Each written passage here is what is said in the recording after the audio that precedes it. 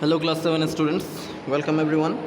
So today in this video we are going to discuss about physical changes. In the last video we have discussed the introductory part of the chapter physical and chemical changes. Today we'll start from physical changes. So let's begin from physical changes. The first question, what do you mean by physical change, or what do you mean by physical changes? See, those changes in which no new substances are formed, those changes are called physical changes. Okay, here no new substances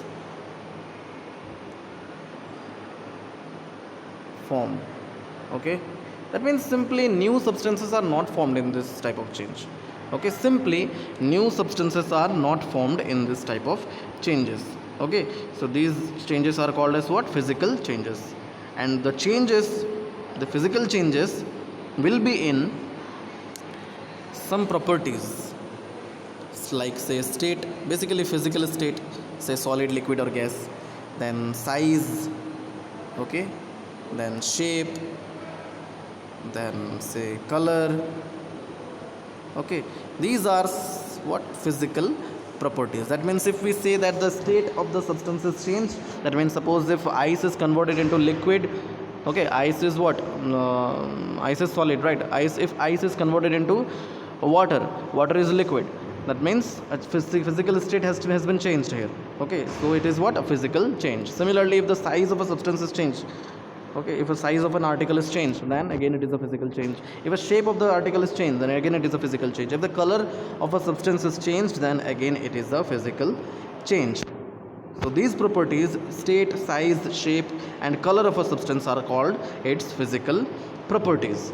Okay, so simply we can say that those changes in which a substance undergoes a change in its physical properties, those changes are called as physical changes. Okay, and physical changes are what? Temporary changes.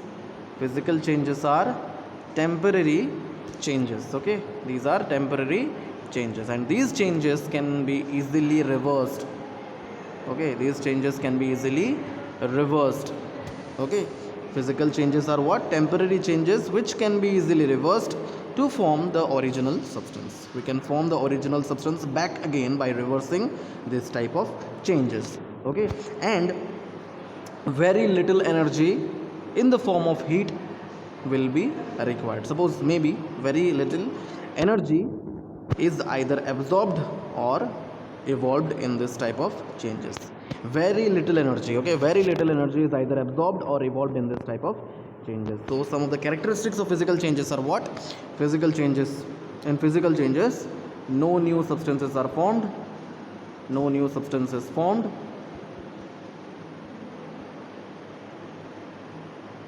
Okay, no new substance formed. Then physical changes are what? Temporary change. These are temporary change. Then it is easily reversed. Okay, it is easily reversed. Physical changes are easily reversed. Then very little energy is very little energy is absorbed or evolved. Right, very little energy is absorbed or evolved in a physical change. Okay, also a change in color may take place in a physical change. Okay, a temporary change in color may take place in a physical change. Okay, so these are some of the characteristics of physical change which you need to know. Clear? Now we'll discuss the physical changes in detail with the help of some of the activity which is given in your book. Activity 6.1. Let's start from activity 6.1. In this activity, you have to cut a piece of paper in 4 square pieces. Just like this. Here you see. This is a piece of paper, square shaped piece of paper, and you have to cut this square shaped piece of paper in 4 equal parts. In 4 equal parts like this. Okay, clear?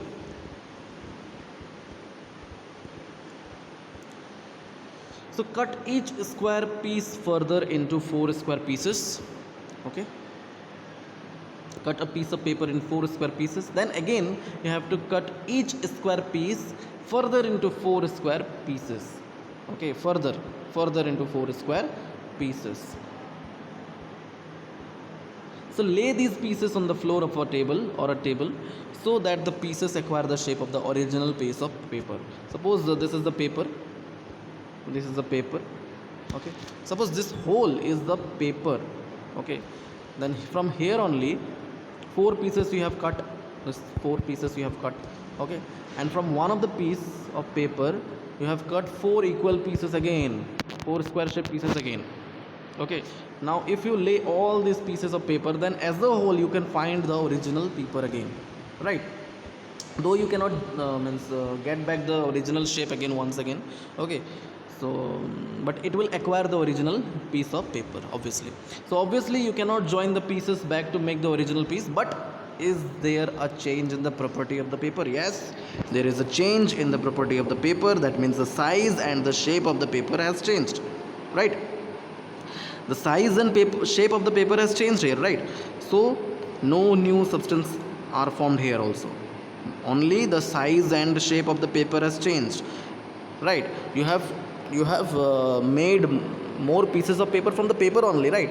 Here no substances are formed, no new substances are not formed here. Okay, initially it was paper only, and final product is also a paper. So no substances are formed here, no new substances are formed. Okay, so cutting or tearing of paper is what? It is a physical change. Understood? Clear?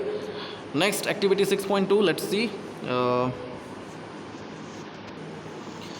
So in this activity 6.2, you have to take a chalk dust. Okay, collect the chalk dust which is lying on the floor near the blackboard in your classroom, or you can crush a small piece of chalk into chalk dust. Okay, basically you have to collect chalk dust first of all. Okay, you need chalk dust here. Either you can collect it from the blackboard, means either you can collect from the floor which is near the blackboard in your classroom, or you can crush a small piece of chalk and then you can convert it into chalk dust. Okay, you have to collect chalk dust basically in this activity. Then you have to add a little amount of water to the chalk dust so as to make a paste. Okay, then you have to roll it into the shape of a piece of chalk and you have to dry it. Clear? Basically you have to recover the chalk from the chalk dust. Okay, so this conversion of chalk dust from this conversion of chalk stick from chalk dust is a physical change. Okay, the conversion of chalk piece or chalk stick from chalk dust is what? It is a physical change. Why? Because both the chalk piece and the chalk dust are same substance, right? The chalk piece and the chalk dust are what? Same substance, right? The properties are same, but only what is changed? Their size has changed here. Okay, the size is only changed. Initially the shape of the chalk dust is very minute, small. Then the chalk, when it is converted into chalk piece, then it becomes a little big. Okay, so only the size is changed here. Again, no new substance is formed, right? No new substance is formed during the conversion of chalk dust from during the conversion of chalk dust into chalk piece, right? No new substance is formed, right? So it has what? It has just reversed. You have just reversed it, right? You have just reversed it. Initially the chalk is written over the blackboard, then it will be formed what? Chalk dust will be formed, and from the chalk dust you have made what? Chalk piece. Okay, so you have just reversed it. So what type of change is it? It is physical change. Clear? Next, activity 6.3. In this activity you have to take ice and a glass tumbler or a plastic tumbler. Okay, say take some ice in a glass or plastic tumbler, then you have to melt a small portion of ice by placing the tumbler in the sun. What you will observe? Obviously, if you place a piece of ice under the sun, then the ice will melt, right? You have to melt a small portion of the ice. If ice will melt, then water will be formed. So you have now a mixture of ice and water in the tumbler. Okay, now place the tumbler again in a freezing mixture. Okay, place the tumbler in a freezing mixture containing ice with common salt. You have to add common salt also in that. Then you have to place the mixture in a freezer. Okay, so what will you observe? You will observe that the water will become again solid ice.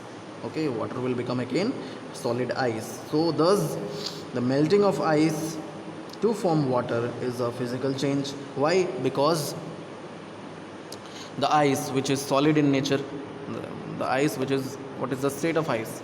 Solid state, right? The ice is solid state, and water is what? It is liquid state. Okay, so during melting solid has been changed to liquid, and during freezing liquid has been changed to solid. Okay, so only the physical states are changed here, but the properties are same only. Both are what? Made up of H2O, right? Both are what? Made up of H2O, the word that is water only. Okay, so just the physical states has changed here. Solid ice has been converted into the liquid water, and liquid water has been converted into solid ice. Okay, so again it is a physical change, and here also reversed. You have reversed, just you have reversed. Okay, it is a temporarily reversed, temporarily. Clear? You have understood this activity, activity 6.3. Next, move to the next activity, activity 6.4. Again you have to take water in a container, and do you see the steam rising? Boil some water in a container. First of all, you have to boil some water in a container.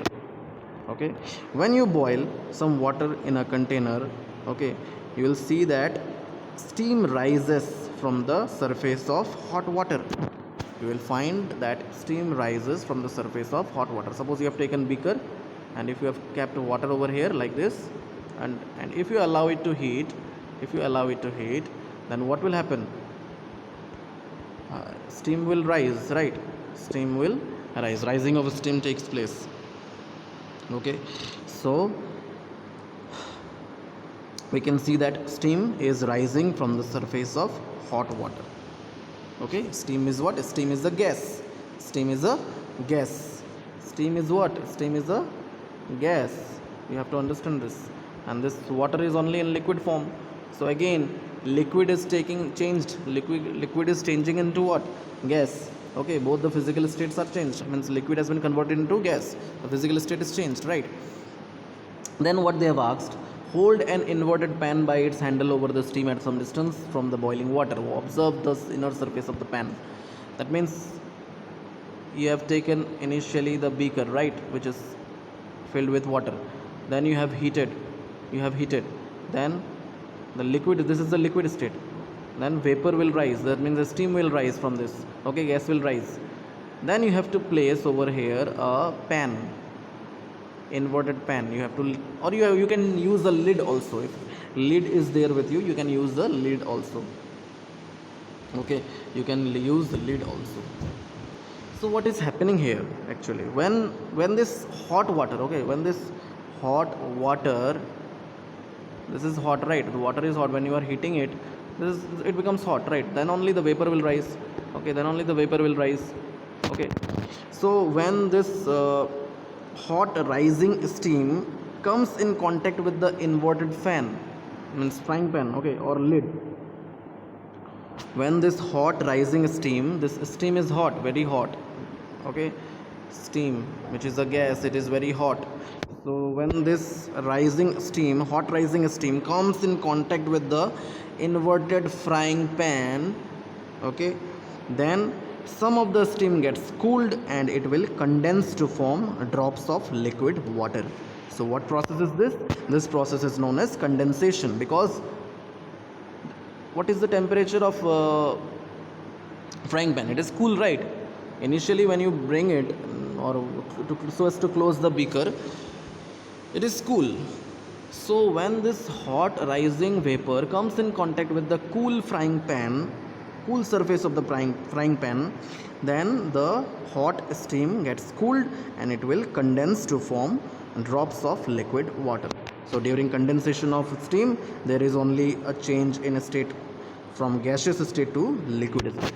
Okay, gaseous state has been changed to what now? Liquid state. We'll see that droplets of water will be formed under the surface of boiling, means under the surface of the frying pan or inner surface of the frying pan. Okay, so again, in this condensation of steam to form water, it is also a physical change, because gas is converted into what? Liquid. Gas is converted into liquid here. Okay, and in the beginning, during boiling, liquid is converted into gas. So again, physical changes.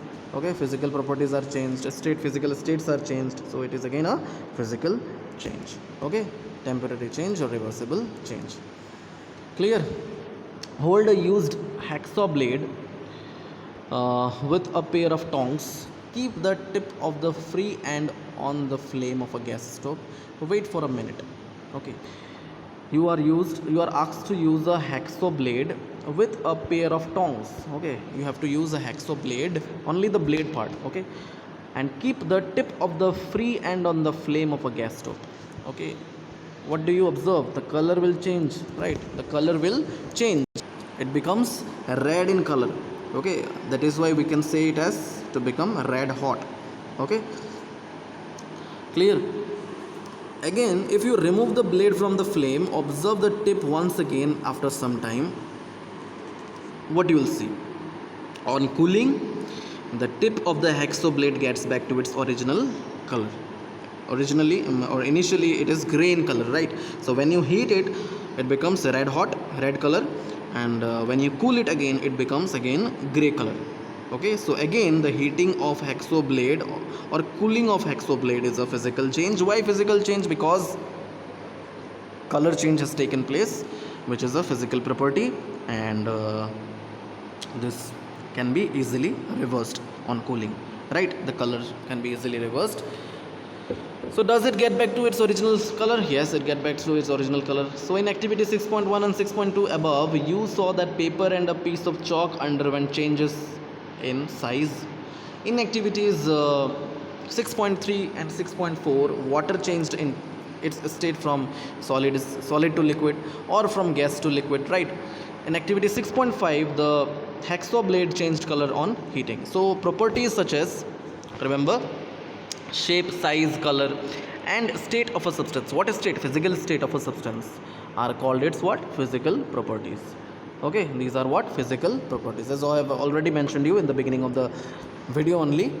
Okay, so a change in which a substance undergoes a change in its physical properties is a physical change, and a physical change is generally what? It is generally reversible, and in such change no new substances is formed, right?